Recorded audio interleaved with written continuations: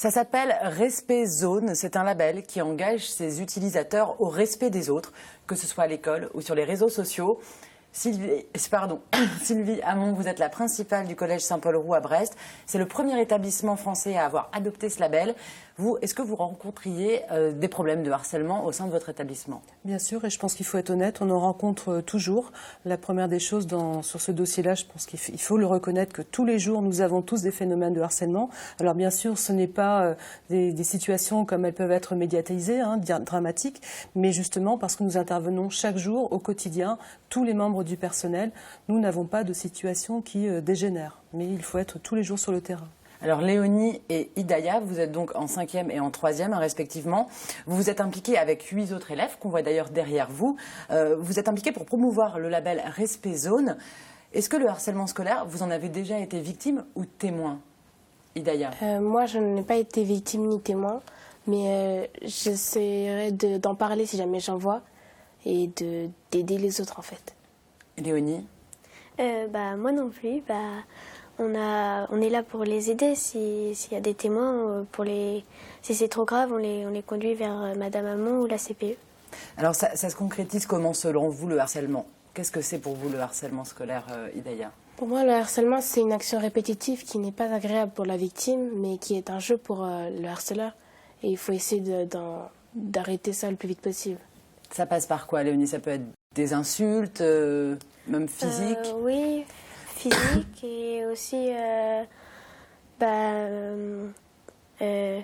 la parole.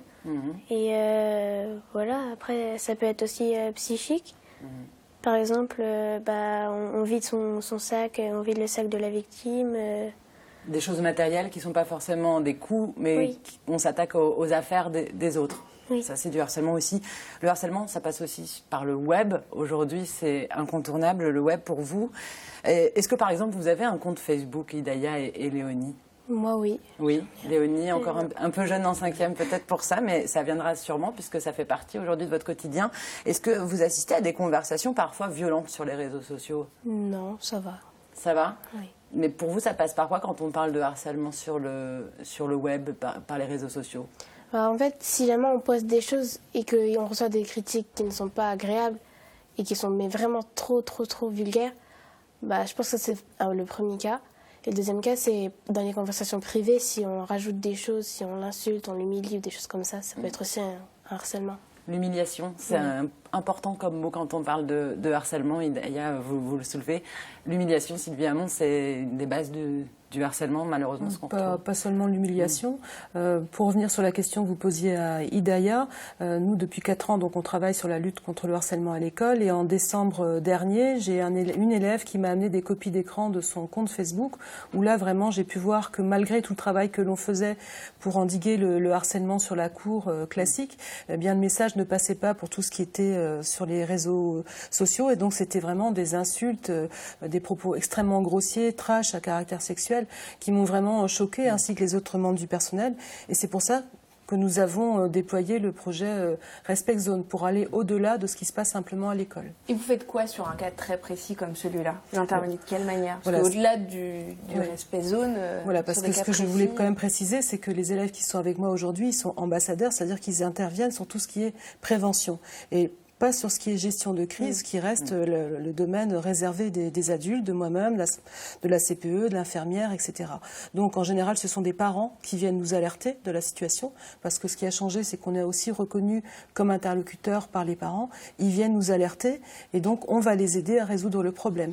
On va aussi faire en sorte que le jeune rencontre l'infirmière scolaire, si nécessaire mettre en place un suivi psychologique via par exemple le RADO, la maison de l'adolescence sur Brest, éventuellement inciter aussi la famille à porter plainte, voir si nous aussi on doit prendre des mesures disciplinaires vis-à-vis du harceleur. Tout va dépendre du niveau, et sur un cas niveau de comme gravité. Celui dont vous parliez, il y a eu des sanctions. Comment ça s'est passé pour les personnes qui avaient insulté ça? Qu'est-ce que vous faites? Ce qui est délicat, c'est que donc ce sont des propos qui ont lieu sur Facebook. Donc donc pas physiquement dans l'établissement. Pour autant, dans ce que nous, on pouvait voir, et il y avait un rendez-vous qui était fixé le lendemain dans les toilettes du collège. Donc là, clairement, il y avait un risque de trouble à l'ordre public déjà, et puis que pour la victime. Donc là, on prend les devants, et j'ai appelé toutes les familles. On était à 3 jours des vacances de Noël, donc ils sont tous restés chez eux les 3 jours précédant les vacances de Noël, le temps que tout le monde se calme, qu'on puisse rencontrer les parents, les élèves indépendamment. Il n'y a pas d'exclusion ou chose comme ça. Il n'y a pas eu dans ce cas-là d'exclusion. Mais ça peut être amené mais tout à fait. Et là, cas. on n'hésitera pas. Là, les choses doivent être claires. Vous aviez gagné le prix coup de cœur de l'Académie de Rennes en 2014 pour le concours Mobilisons-nous contre le harcèlement à l'école. C'était avec cette affiche qu'on va voir, une belle affiche qui représente des différences au sein d'une école. Justement, est-ce qu'il y a pour vous un profil type d'une victime de harcèlement? Les filles d'abord, puis je demanderai à Sylvie après. Idaïa. En fait, ça dépend. Si le harceleur veut quelqu'un qui est intelligent et qui est jaloux de cette personne, là, il ira le voir. Mais sinon, je pense qu'il n'y a pas de personne type. Il n'y a pas de personne type. Léonie non plus, il y a pas... tout le monde peut être victime, comme tout le monde peut être aussi le bourreau. Ouais. Ouais. Après, c'est plus ceux qui sont différents, quoi. Oui. Mais on n'est pas tous différents. Non. Non, mais le harceleur, il peut penser que cette personne est différente et du coup, la harceler pour cette raison. Il va trouver la différence chez les autres, c'est ça, Sylvie? Et comment vous... Oui, moi, je pense pas qu'il y ait un profil de l'enfant qui va être harcelé. Vous employiez tout à l'heure le terme de bourreau pour l'élève qui harcèle. Moi, c'est un terme que je n'emploie pas et que je n'aime pas du tout parce que les enfants qui harcèlent, les élèves qui harcèlent, restent nos enfants et on a le devoir de les éduquer. Donc, ce ne sont pas pour moi des bourreaux. Et je pense que, voilà, par le dialogue, parce qu'il faut bien se rendre compte que souvent, ils pensent jouer. Ils ne se rendent pas compte de la méchanceté ou de la gravité de leurs actes. Donc, ils peuvent être jeunes en collège, ça va de 11 ans à 15 ans. Donc, on a toujours le moyen d'agir. C'est quand même assez rare qu'on soit obligé d'arriver à quelque chose d'extrême comme un conseil de discipline. On peut, par le dialogue, régler les choses avant. Vous repérez pas avec vos années de pratique les élèves qui pourraient être sujets à des discriminations? Alors, je peux me dire, cet élève-là, il y a un risque et mon expérience fait que je me trompe assez régulièrement. Donc, ça veut bien dire qu'il n'y a pas de règle. Voilà. Alors, pour illustrer la violence des mots utilisés sur Internet, Respezone a proposé un clip d'1 minute sans aucun son. On va le regarder ensemble.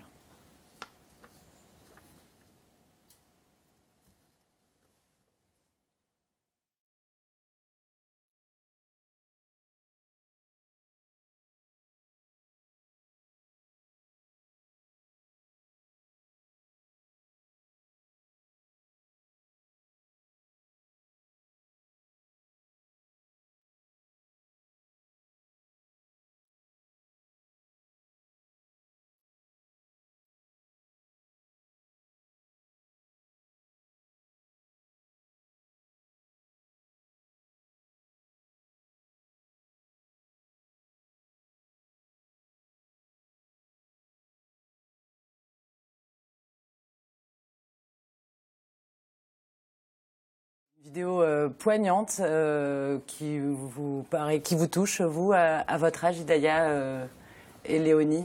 Oui. Ouais, elle vous a surpris quand vous l'avez vue, cette vidéo? Énormément. Ouais. Parce que je trouve que c'est pas possible de parler comme ça. À ses parents. Oui. De quelle façon vous l'utilisez, le label Respezone, en fait? Concrètement, on le met où et il vous sert à quoi? Alors en fait, on nous a proposé de le mettre sur notre page Facebook ou notre blog ou des choses comme ça. Et du coup, ça veut dire qu'on doit respecter les autres et que les autres aussi doivent nous respecter. Mais tout en respectant la charte, en fait. Alors cette charte, qu'est-ce qu'elle dit? En fait, elle dit que si on appose le label sur notre blog, par exemple, ça veut dire que si quelqu'un dit... d'abord, nous, on ne doit pas dire de propos méchants, mais si quelqu'un met quelque chose qui n'est pas très sympa, on doit l'enlever, ou si on n'y arrive pas, dire qu'on n'est pas vraiment d'accord. Alors Sylvie, vous avez adopté le label en mars dernier dans votre établissement, mais ça fait 4 ans que vous travaillez sur le sujet, vous le disiez tout à l'heure. Est-ce que ça a porté ses fruits, tout ce travail en 4 ans? Est-ce qu'aujourd'hui, vous avez l'impression qu'il y a beaucoup moins de harcèlement dans votre établissement? Oui, alors c'est quelque chose qui est toujours difficile à mesurer, hein, le nombre de situations de harcèlement. J'ai quelques chiffres qui sont que les autres années, je faisais en moyenne 6 à 7 conseils de discipline par an. L'année dernière, je n'en ai fait que 3. À ce stade de l'année, je n'ai pris aucune décision de sanction, ce qui est quand même nouveau. Voilà, je suis obligée de le dire, c'est nouveau. Donc ça a changé. Je vois aussi des différences avec les personnels par rapport à des élèves qui sont arrivés cette année au collège en 4e ou en 3e, suite à un déménagement ou autre, donc qui n'ont pas bénéficié de ce programme depuis 4 ans. Et on voit bien, comme le disent les enseignants, qui ne sont pas de la planète Saint-Paul-Roux, donc ils sont un petit peu surpris de voir comment les adultes réagissent, mais surtout les élèves réagissent, parce que ce qu'on a réussi à faire, c'est qu'il n'y a plus la loi du silence au collège, il n'y a plus cette règle « je ne suis pas une balance ». Les élèves ont compris que lorsqu'ils viennent nous parler très rapidement d'un problème, il ne va pas dégénérer et je ne serai pas obligée non plus d'amener l'élève en conseil de discipline, donc tout le monde est gagnant. Donc ça marche. Une dernière question, parce qu'on n'a plus beaucoup de temps. Ce jeudi 5 novembre, c'est donc la journée nationale de la lutte contre le harcèlement à l'école. À cette occasion, vous recevez 18 collèges et lycées de la région de Brest pour échanger sur le sujet. Est-ce que vous avez l'impression d'être un modèle au sein des établissements scolaires, en tous les cas de votre région? Un petit peu, oui, parce qu'on est le premier collège et on va parler devant plusieurs établissements.